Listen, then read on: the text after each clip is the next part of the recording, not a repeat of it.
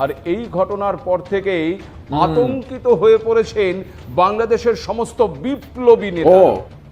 হাত পা তাদের ঠক ঠক করে কাঁপা শুরু করেছে, গলা শুকিয়ে গেছে ভয়ে, আর সে কারণে কোনো প্রমাণ কোনো তথ্য ছাড়াই তারা এই ঘটনার জন্য ভারতের দিকে আঙুল তোলা শুরু করেছে। हसनात अब्दुल्ला ने कोई गलत नहीं कहा, उसने बिल्कुल ठीक कहा है। और हमला हिंदुस्तान करवाता है। हिंदुस्तान फिर किस तरह से उसकी जो बॉर्डर गार्ड फोर्स है बीएसएफ, वो जो जिसने गोली मारी है उनको उसने जाने दिया, बताया जा रहा है उनको रिसीव भी किया बीएसएफ ने।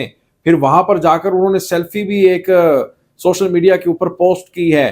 यानी इसके ऊपर देखें, इंडिया साफ साफ मुलव्वस है इस टारगेट किलिंग के ऊपर। उस्मान हादी को जो मारा गया है, अल्लाह ताला उसको सेहत दे, शिफा दे, लंबी जिंदगी दे, हमारी दुआ है। क्रिटिकल इस वक्त कंडीशन में है सिंगापुर हॉस्पिटल में। लेकिन दोस्तों, अब अगर हसनात अब्दुल्ला ने धमकी दे दी है, थ्रेट कर दिया, तो इनकी चीखें क्यों निकल रही हैं?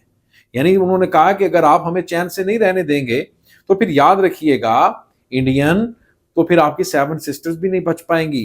आपका जो चिकन नेक है वो फिर याद है ना, वो 22 किलोमीटर खुला, वहां पर पाकिस्तान और फिर चाइना और बिल्कुल साथ ही लालमोनीहाट एयरबेस वहां पर, और फिर यूरोफाइटर टाइफून JF-17 और J-10C, ये सब का सब आपको हिलाकर रख देगा। अस्सलाम वालेकुम दोस्तों, मैं हूं एहसान खान और आप देख रहे हैं यूट्यूब चैनल एहसान रिएक्शन विद एहसान। मैं उम्मीद करता हूं आप जहां भी होंगे एंजॉय करते होंगे, मज़े में होंगे और फिट फाट होंगे। दोस्तों, आपको बताएं कि वेस्ट बंगाल का जो मीडिया है वो अब ये कह रहा है कि देखें, हसनात अब्दुल्ला ने कहा है कि उस्मान हादी पर जो हमला किया गया है, अब इसका मतलब है कि आप बांग्लादेश में अनरेस्ट पैदा करना चाहते हैं, अमन व अमान की सूरत हाल को ख़राब करना चाहते हैं, बांग्लादेश को डिस्टेबलाइजेशन की तरफ लेकर जाना चाहते हैं, बांग्लादेश में जो पीस है उसको तोड़ना चाहते हैं, तो फिर बच हिंदुस्तान भी नहीं सकेगा।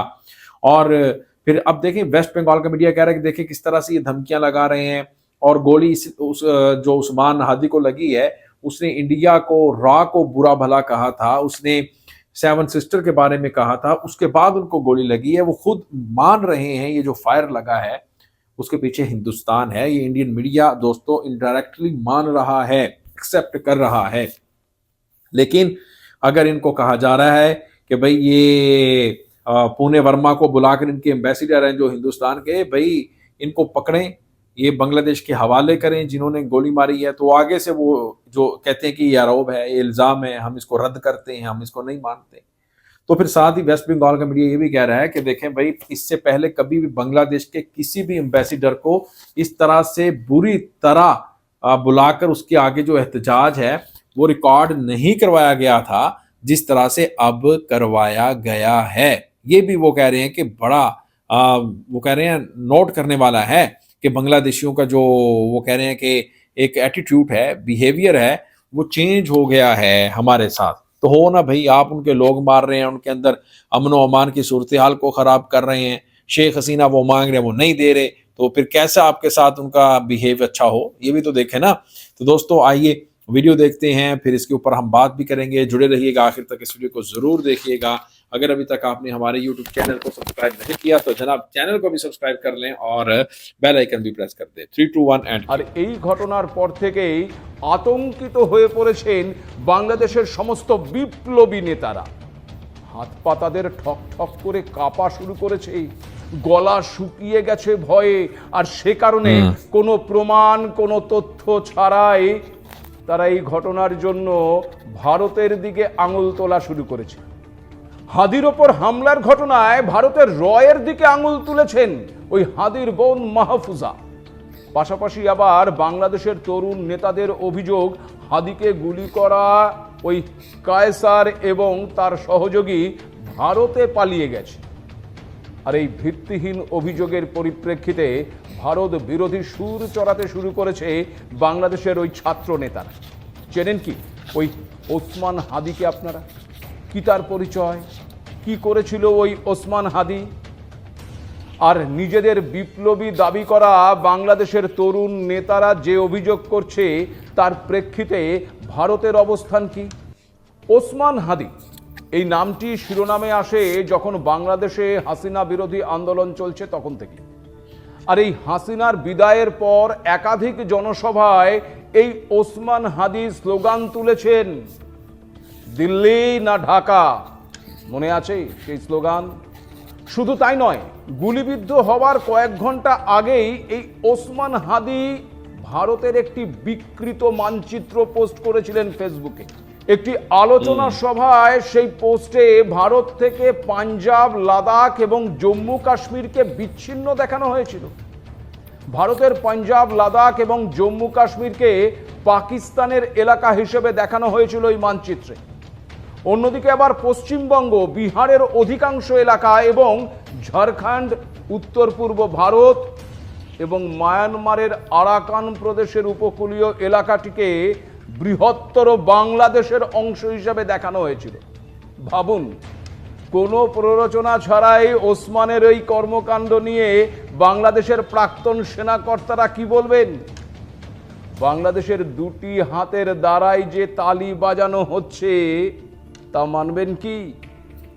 এক্ষেত্রে একটি হাত যদি বাংলাদেশের মৌলবাদীদের হয়, তবে অন্য হাতটি ওই বাংলাদেশের রাজনৈতিক নেতাদের নয় কি?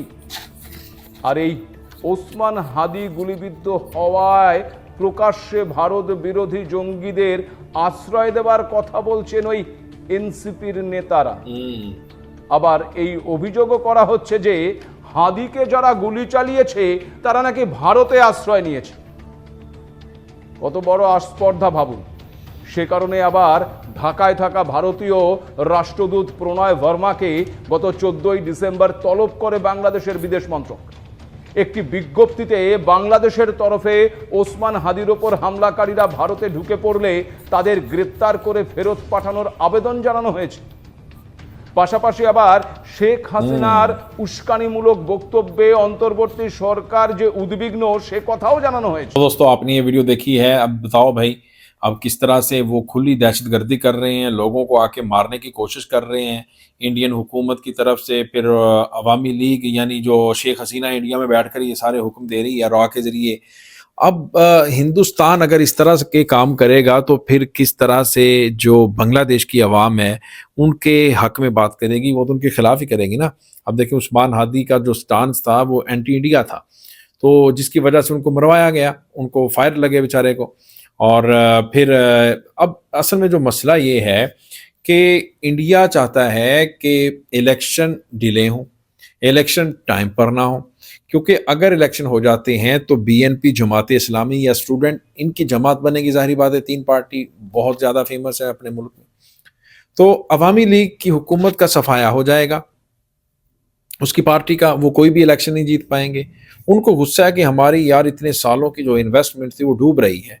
अब वो किसी ना किसी तरीके से बांग्लादेश में अनरेस्ट पैदा करना चाहते हैं और अवामी लीग को वापस लाना चाहते हैं, एंटी पाकिस्तान। वहाँ पर जो नैरेटिव है वो वापस लाकर यानी अपनी जगह बनाना चाहते हैं। ये है सारा चैन चक्कर जो मैंने दोस्तों आपके सामने रख दिया है। तो बताइएगा कमेंट सेक्शन में, फीडबैक जरूर दिया करें। मिलेंगे आपसे नेक्स्ट वीडियो में, तब तक के लिए अल्लाह हाफिज।